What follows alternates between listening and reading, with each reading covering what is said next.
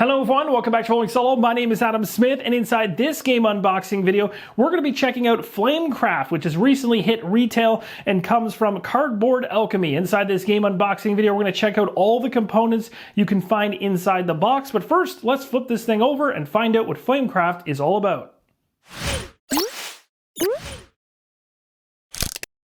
In a magical realm, a village awakes, and artisan dragons make coffee and cakes. It states here to compete to enchant the town in this dragon placement game with shared engine building for 1 to 5 players. It absolutely is solo playable. You're a Flamekeeper, and you're skilled in the art of conversing with dragons. You're going to gain the most reputation in the town to become the Master of the Flame. It mentions some highlights around the gameplay here. You have some fire-up dragons in town for creative combo plays. You have fancy dragons grant secret goals during the end of the game, and then it mentions all the components you can expect to find down here in the bottom left hand corner. The very first thing you'll run into is what you'd expect. It's the rulebook. We're going to go through a number of these pages to show you what's inside. We're also going to focus on the rules section for solo play. Inside the rulebook, you're going to find the same similar introduction we read on the back of the box, also a full layout of all the components inside the box we're going to see up close very soon. When the game is laid out on the table, you're going to see it laid out in this fashion. A full display here showing you exactly how things are placed. It's going to walk you through all the steps of setup on these 2 pages. You'll notice in the bottom right hand corner of this page, it talks about the companions and solo mode. You'll be using these companions, adding them into your game when you play the solo mode, which can be found on page 17. We'll touch on this very soon. One thing I have to tell you right off the bat here is I'm a huge fan of the font choice and size as well as spacing of this rulebook. It's not overwhelming, everything's spaced really well, and it's also easy to read and easy to understand. So I believe reading through this rulebook is going to actually be a joy rather than a pain. It won't feel like a dictionary as you go through. On this page here, you've got the overview, you've got taking a turn, visiting a shop, again with all kinds of illustrations along the way to help you understand, gathering the goods over here from the shop. And of course, being that you're playing with dragons, you're going to be placing dragons, filling up shops, earning rewards, firing up your dragon, using shop abilities, and also giving gifts. Now, in that last section, in the top left-hand and top right-hand corners of the rulebook, it talked about gathering on the green pages. Now we're moving into an enchanting section of the rulebook here, where you enchant the shop. You have a casting of an enchantment or firing up all your dragons and the enchantment clarifications labeled. And as we get towards the end of the rulebook here, we have the end of turn section, so it's all explained here, as well as the end of game.